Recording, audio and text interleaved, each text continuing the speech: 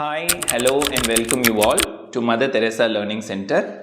MRB preparation series மட்டும் இல்லாமல் diploma second year ஸ்டூடெண்ட்ஸ்க்காக கம்யூனிட்டி ஃபார்மசி அண்ட் மேனேஜ்மெண்ட் சப்ஜெக்டில் community pharmacy practice already part 1 video போட்டிருந்தோம். பார்க்கலன்னா பார்த்துட்டு பார்ட் 2 பாருங்கள். இப்போ பார்ட் 2 நம்ம என்ன பார்க்க போகிறோம் அப்படின்னா, ஒரு கம்யூனிட்டி ஃபார்மசி ஓப்பன் பண்ணணும் அப்படின்னா ப்ராப்பரான ஒரு ஃபார்மசிக்கான செலெக்ஷன் ஆஃப் சைட் இம்பார்ட்டன்ட் இல்லையா? ஸோ நல்ல டவுனோ இல்லை சிட்டியோ ஏதோ ஒன்று ப்ராப்பராக சூஸ் பண்ணணும். நீங்கள் சூஸ் பண்ணுற ஏரியா வந்து பாப்புலேஷனுக்கு மிடில் இருக்கணும். நீங்கள் ஏதோ ஒரு ஊருக்கு ஒதுக்குப்புறமாக வைக்கக்கூடாது. ஓகே, உங்களை சுற்றி பாப்புலேஷன் இருக்க மாதிரியான ஒரு பிளேஸ் சூஸ் பண்ணணும். அண்ட் அது மட்டும் இல்லாமல் நீங்கள் கடை வைக்கக்கூடிய இடத்துல நல்ல பார்க்கிங் ஃபெசிலிட்டி இருக்கணும். அண்ட் அதே மாதிரி நீங்கள் கடை வந்து ஒரு ரெண்டட் பில்டிங் பார்க்குறீங்க அப்படின்னா ப்ராப்பரான ஒரு அக்ரிமெண்ட் டேர்ம்ஸ் இருக்கணும். பிகாஸ் நல்லா பிக்கப் ஆனதுக்கப்புறம் கடையை காலி பண்ணின்னு சொல்லிட்டாங்கன்னா கஷ்டம் இல்லையா? அதெல்லாம் பார்த்துட்டு you have to arrange a pharmacy. So ஒரு ஹோல்சேல் ஸ்டோராக இருக்கட்டும் இல்லை ஒரு ரீட்டைல் ட்ரக் ஸ்டோர் ஆகட்டும், எதுவாக இருந்தாலும் முதல்ல ஒரு லே அவுட் டிசைன் இருக்கும். அந்த லே அவுட் டிசைன் வந்து ப்ராப்பராக நீங்கள் ஃப்ரேம் பண்ணிக்கணும். ஓகேங்களா? அப்போ தான் வந்து உங்களுடைய மெயின் அப்ஜெக்டிவ் என்ன இருக்கணும்னா, கடை ஆரம்பித்தோடனே சேல்ஸ் இம்ப்ரூவ் பண்ணணும். ஓகேங்களா? அது மட்டும் இல்லாமல் கஸ்டமர் சாட்டிஸ்ஃபேக்ஷன் கொடுத்துக்கிட்டே இருக்கணும். அப்புறம் புதுசாக ட்ரக் வரும்போது அதை ஸ்டோர் பண்ணி வைக்கிறதுக்கான பிளேஸ் இருக்கணும், ஸ்டாக் வைக்கிறதுக்கு. அப்புறம் ஆஃபீஸ் ஸ்பேஸ் மாதிரி ஒரு ரெஸ்டிங் ஸ்பேஸ், ஒரு 2 பேர் உட்கார மாதிரி சேர் போடுற அளவுக்காக ஸ்பேஸ் இருக்கணும் ஃபார்மசியில். ஓகே, அண்ட் வென்டிலேஷன் ப்ராப்பராக இருக்கணும். பேஷண்ட்டுக்கு வந்து வெளியிலேருந்து பார்க்கும்போது ஒரு நல்ல ஒரு ப்ரொஃபஷ்னல் அப்பீலிங் லுக்கும் இருக்கணும். ஃபார்மசியை பார்க்கும்போது ஏதோ ஒரு காயலாங்கடை மாதிரி இருக்கக்கூடாது. ஸோ கஸ்டமர்ஸ் வந்துட்டு போயிட்டு நின்று ஒரு கஸ்டமர் நிற்கும் போது இன்னொரு கஸ்டமருக்கு ஸ்பேஸ் இருக்கணும் இல்லையா? ஸோ அந்த மாதிரியான ஒரு ஸ்பேஸ். பிகாஸ் நீங்கள் வந்து பேஷண்ட் கவுன்சிலிங் கொடுக்கறதுக்கும் ஒரு சின்ன ஸ்பேஸ் இருக்கணும். நீங்கள் ஒரு பேஷண்ட் கிட்ட பேசிகிட்டே இருக்கும்போது மற்றவங்களுக்கு நிற்கிறதுக்கு பிளேஸ் இல்லாமல் கஷ்டப்படக்கூடாது. ஓகேங்களா? ஸோ லீகலாக என்னென்ன ரெக்குயர்மெண்ட்ஸ் வேணும் அப்படின்னு பார்த்தீங்கன்னா, ஜென்ரல் லைசன்ஸ் ஃபஸ்ட்டு வாங்கணும் இல்லையா? யார் பேரில் கடை ரன் பண்ணுறீங்களோ ஃபஸ்ட்டு அந்த பர்சன் யாரோ அவங்களுக்கு ஃபஸ்ட்டு அப்ரூவல் அதோடு சேர்த்து வாங்குறது மட்டும் இல்லாமல், ரீட்டைல் ட்ரக் சேல் பண்ணுறதுக்காக ஷெட்யூல் C1 அதில் குறிப்பிட்ட ட்ரக்கு நீங்கள் சேல் பண்ணலாம் அப்படின்றதுக்கு ஃபார்ம் 21 ஃபில் பண்ணி நீங்கள் சைன் வாங்கியிருக்கணும். ஷெட்யூல் X விற்கிறதுக்கு, ஷெட்யூல் X ட்ரக் சேல் பண்ணுறதுக்கு ஃபார்ம் 20F. நல்லா ஞாபகம் வச்சுக்கோங்க, இதெல்லாம் ரொம்ப ரொம்ப எக்ஸாமுக்கு இம்பார்ட்டன்ட். ஓகேங்களா? அப்போ C1 இல்லாமல் X இல்லாமல் மற்ற ட்ரக்லாம் சார் அப்படின்னா ஃபார்ம் 20. அப்போ ஃபார்ம் 20, 21, 20F இந்த 3 ட்ரக்குமே ஜென்ரல் லைசன்ஸ் மாதிரி வாங்கணும். ஸோ அப்படி வாங்கினதுக்கப்புறமா அந்த ஜென்ரல் லைசன்ஸை வந்து கடையில் மக்களுக்கு தெரிகிற மாதிரி அழகாக நீங்கள் வந்து டிஸ்பிளே பண்ணி வச்சுருக்கணும். ஓகேங்களா? திடீர்னு வந்து அந்த ஃபார்மசிஸ்ட் இல்லாமல் வேறு ஃபார்மசிஸ்ட் மாற்றுறீங்க அப்படின்னா 1 மந்த் பீரியடுக்குள்ளே அந்த லைசன்ஸ் கொடுத்த அத்தாரிட்டி, ட்ரக் இன்ஸ்பெக்டரோ யாரோ அவங்களுக்கு நீங்கள் இன்ஃபார்ம் பண்ணியிருக்கணும் ப்ரையராக. ஓகேங்களா? அண்ட் அது மட்டும் இல்லாமல் C1 ட்ரக்ஸ் நீங்கள் ஸ்டோரேஜ் இருக்கு இல்லைங்களா, அதுக்கு வந்து ப்ராப்பர் ப்ரிகாஷன் இருக்கணும். அண்ட் அதை தவிர்த்து ரெஸ்ட்ரிக்டட் லைசன்ஸ்னு சொல்லுவாங்க. அதாவது C1 அண்ட் X தவிர மற்ற எல்லா ட்ரக்கெல்லாம் வந்து சேல் பண்ணுறதுக்கு ஃபார்ம் 20A-வும் 21A. ஓகே, அதாவது C1ல் சொல்லப்பட்டிருக்கும், Xல சொல்லப்பட்டிருக்கு. அதாவது வந்து 21A. அந்த 20A அண்ட் 21A வந்து ரெஸ்ட்ரிக்டட் லைசன்ஸ்னு சொல்லுவாங்க. ரெஸ்ட்ரிக்டட் லைசன்ஸ் வாங்கணும் அப்படின்னா அதுக்கு தனியான ஸ்டோரேஜ் ஸ்பேஸ் வந்து நீங்கள் காமிக்கணும். ஓகே, காமிச்சிட்டு அதை யார் ஹேண்டில் பண்ண போகிறா அந்த ரெஸ்ட்ரிக்டட் ட்ரக்ஸை, அண்ட் அதோட ஒரிஜினல் கண்டெய்னரில் தான் என்ன டிஸ்பென்ஸ் பண்ணணும். ஓப்பன் பண்ணி டிஸ்பென்ஸ் பண்ணக்கூடாது, லூஸ்லலாம் கொடுக்கக்கூடாது. ஓகே, அப்புறமா ஸ்டாஃப் செலக்ட் பண்ணும்போது ஒரு ப்ராப்பராக எல்லா ட்ரக்கை பற்றியும் தெரிஞ்ச ஒரு ஆளை செலக்ட் பண்ணணும். இல்லைனா செலக்ட் பண்ணி ப்ராப்பர் ட்ரைனிங் கொடுக்கணும். அவங்களுக்கு டிப்ளமா குவாலிஃபிகேஷனாவது கம்பல்சரி இருக்கணும். ஓகேங்களா? ஓவர் குவாலிஃபைட் ஸ்டாஃப்ஸை சின்ன ஃபார்மசியில் வைக்கிறது கூட ஆக்சுவலாக எத்திக்ஸ் படி தப்புன்னு சொல்லுவாங்க. அதுக்கு பேர் ஓவர் ஹையரிங் அப்படின்னு ஒரு கான்செப்ட் சொல்லுவாங்க. நெக்ஸ்ட் வந்து உங்கள் ஃபார்மசியில் இருக்க ட்ரக்கை வந்து கோடிங் பண்ணுறது. நிறைய ட்ரக் இருக்கும் இல்லையா? ஸோ யார் வந்து சேர்ந்தாலும் வேலைக்கு புதுசாக எல்லாருக்குமே புரியணும் அப்படின்னா, நம்ம வீட்டில் கூட ஒரு பொருளை வந்து ப்ராப்பரான பிளேஸில் வச்சுட்டோம்னா யார் வேணால் ஆக்சஸ் பண்ணலாம். ஓகேங்களா? ஸோ எனக்கு மட்டும்தான் இது எங்கே வச்சுருக்கோன்னு தெரியுன்ற மாதிரி ஃபார்மசியில் இருக்கக்கூடாது. ஸோ ஒரு ட்ரக்குக்கும் ஒரு கோடு நம்பர் வந்து அசைன் பண்ணிடணும். அசைன் பண்ணதுக்கு அப்புறமா தான் நம்ம வந்து இந்த ரேக் இங்கே இருக்குது. மோஸ்ட்லி இந்த வெல் டெவலப்டு செயின் ஃபார்மசிஸ் எல்லாத்துலேயுமே அதை ஃபாலோ பண்ணுறாங்க.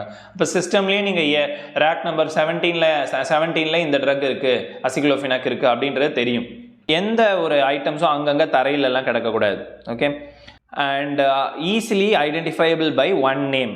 ஓகே, ஸோ அது நெக்ஸ்ட் வந்து ட்ரக்கை வந்து ப்ராப்பராக ஆல்ஃபபெட்டிக்கல் ஆர்டரில் ஸ்டாக் பண்ணணும். அண்ட் எப்போவுமே ஃபார்மசியில் ட்ரக் ரெடியாக இருக்கணும் பேஷண்ட் கேட்கும்போது. ஓகே, அண்ட் இல்லைனாலும் டக்குன்னு வர வச்சு கொடுக்குற மாதிரி இருக்கணும்.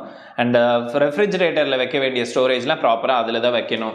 அண்ட் ரெஜிஸ்டர் மெயின்டைன் பண்ணுறது பார்த்தீங்கன்னா legal records, patient records, financial ரெக்கார்ட்ஸ்னு சொல்லுவாங்க. அண்ட் ரெஜிஸ்டர் மெயின்டைன் பண்ணுறது பார்த்தீங்கன்னா legal records, patient records, financial ரெக்கார்ட்ஸ்னு சொல்லுவாங்க.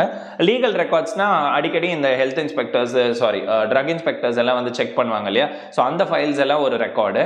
பேஷண்ட் சம்மந்தப்பட்ட ரெக்கார்டு வந்து ஃபியூச்சரில் இந்த இன்சூரன்ஸ் கிளைமோ இல்லை இன்கம் டேக்ஸ் டிடக்ஷன் பேஷண்ட்டுக்கு ஏதாவது கேட்குறாங்க அப்படின்னா அவங்களுக்கு பில்ஸ்லாம் கொடுக்குற மாதிரி இருக்கும், அது பேஷண்ட் ரெக்கார்ட்.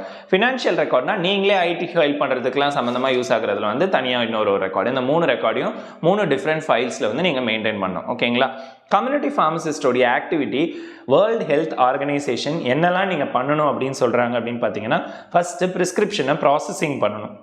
ப்ரிஸ்கிரிப்ஷன் ஒரிஜினல் தானா, கரெக்டான டேட் பார்க்கணும், எந்த டாக்டர் ப்ரிஸ்கிரைப் பண்ணியிருக்காங்கன்னு பார்க்கணும், பேஷண்ட்டோட பேர் இருக்கான்னு பார்க்கணும், அண்ட் என்ன ட்ரக்கு கொடுத்துருக்காங்க. இப்போ தூக்க மாத்திரலாம் ஏற்கனவே வாங்கிட்டு இருப்பாங்க, அதே ப்ரிஸ்கிரிப்ஷன் வச்சு நீங்கள் 100 வாட்டி கொடுக்கக்கூடாது. ஓகேங்களா. ஸோ ஒரு வாட்டி தான் அது வேலிட் அதுக்கு.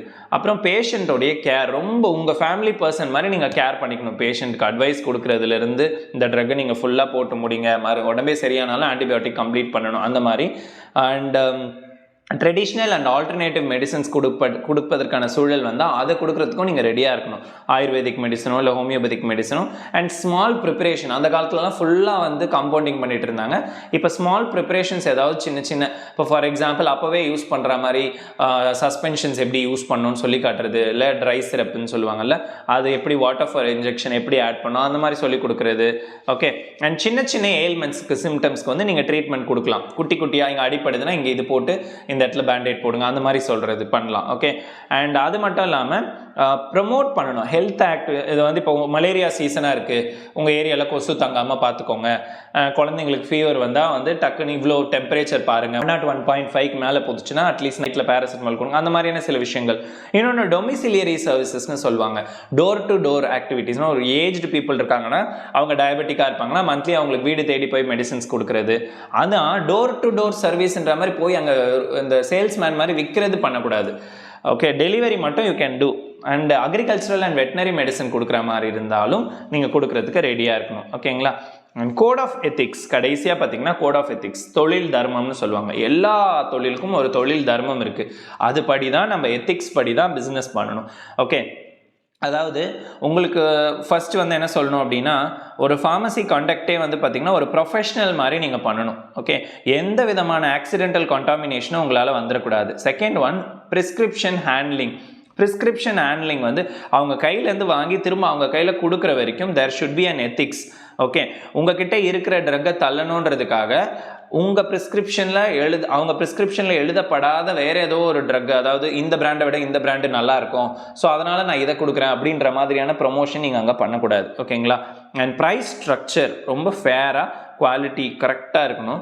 அண்ட் அதில் ஃபேர் ட்ரேட் ப்ராக்டிஸ்னு சொல்லுவாங்க. அதாவது கட் த்ரோட் காம்படிஷன், பக்கத்தில் இருக்க ஃபார்மசியை விட நம்ம ஃபார்மசிக்கு வரணும்னு அடிமாட்டு விலைக்கு கொடுக்குறது, அந்த மாதிரி பண்ணவே கூடாது. ஓகே. ஜென்யூன் சோர்ஸ்லேருந்து தான் நீங்கள் ஃபார்மசிக்கு ட்ரக்கு பர்ச்சேஸ் பண்ணணும். அண்ட் டோர் டு டோர் போயிட்டு பேஷண்ட்டுக்கு சர்வீஸ் பண்ணுறேன்ட்டு ட்ரக்கை விற்கக்கூடாது. Okay. And advertisement and display ரொம்ப டிக்னிஃபைடு மேனரில் பண்ணணும். அன்டிக்னிஃபைடு மேனரில் அட்வர்டைஸ்மெண்ட் பண்ணக்கூடாது.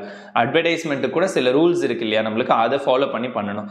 அண்ட் பேனர்லாம் எதாவது வைக்கணும்னா பெர்மிஷன் வாங்கணும். அண்ட் ரெண்டாவது, சீக்ரெட்டாக நீங்கள் எந்த டாக்டரோடையும் வந்து இந்த இது போட்டுக்கக்கூடாது, டீல்லாம் போட்டுட்டு இந்த மருந்து எழுதுங்க நான் உங்களுக்கு இவ்வளோ காசு தரேன், அந்த மாதிரிலாம் எதுவும் பண்ணக்கூடாது. அண்ட் பப்ளிக் கூட முடிஞ்ச அளவுக்கு லிபரலாக இருக்கணும். அதே டைமில் சில விஷயங்களில் வந்து டிஸ்க்ளோஸ் பண்ணக்கூடாது. ஒரு பேஷண்ட்டை பற்றின இன்ஃபர்மேஷனை இன்னொரு பேஷண்ட்டுக்கோ இல்லை இன்னொருத்தவங்களுக்கோ நம்ம தெரிவிக்கவே கூடாது. இவங்க கேன்சர் மெடிசன் வாங்கிக்கிட்டு இருக்காங்க, இவங்க ஹெச்ஐவி மெடிசன் வாங்கிக்கிட்டு இருக்காங்க, அந்த மாதிரி சொல்லக்கூடாது. ஓகேவா. அண்ட் ப்ரொஃபஷ்னல் விஜிலன்ஸ் கண்டிப்பாக என்றைக்குமே இருக்கணும். அண்ட் டெக்கோரம், எந்த ஒரு பிஸ்னஸாக இருந்தாலும் எந்த ஒரு தொழிலாக இருந்தாலும் பார்த்தீங்கன்னா டெக்கோரம் அண்ட் ப்ரொப்ரைட்டின்னு சொல்லுவாங்க, அதை ப்ராப்பராக நீங்கள் மெயின்டைன் பண்ணணும். ஸோ இது எல்லாமே நீங்கள் மெயின்டைன் பண்ணி ஒரு பெஸ்ட் கம்யூனிட்டி ஃபார்மசிஸ்ட்டாக வரலாம். ஓகேங்களா. பிகாஸ் எந்த ஒரு கோர்ஸுமே வந்து படித்து முடித்த உடனே ஒருத்தவங்களால் ஆண்டர்ப்ரனர் ஆக முடியாது இல்லைங்களா. ஸோ அந்த மாதிரி படித்து முடித்த உடனே ஆண்டர்ப்ரனர் ஆகிறதுக்காக ஒரு முக்கியமான ஒரு பிஸ்னஸ் அப்படின்னு பார்த்தீங்கன்னா அது ஃபார்மசி பிஸ்னஸ் தான். அது வந்து நம்ம நல்ல முறையில் பண்ணணும். பிஸ்னஸ் பண்ணுறதுக்கும் ஒரு எத்திக்ஸ் வேணும் இல்லைங்களா. அவ்வளோதான். ஸோ பார்ட் 1 அண்ட் பார்ட் 2 இந்த 2 வீடியோவும் பார்த்தீங்கன்னா ஒரு 15 to 20 minutes கூட வராது. இதை நீங்கள் திரும்ப கேட்டிங்கனாலே உங்களோட எக்ஸாம்ஸ் நல்லா பண்ணலாம். MCQஸும் இதை பேஸ் பண்ணி பண்ணலாம். ஓகேங்களா. உங்கள் ஃப்ரெண்ட்ஸ் எல்லாருக்கும் ஷேர் பண்ணுங்கள். Thank you my dear students. Learning today for a better tomorrow.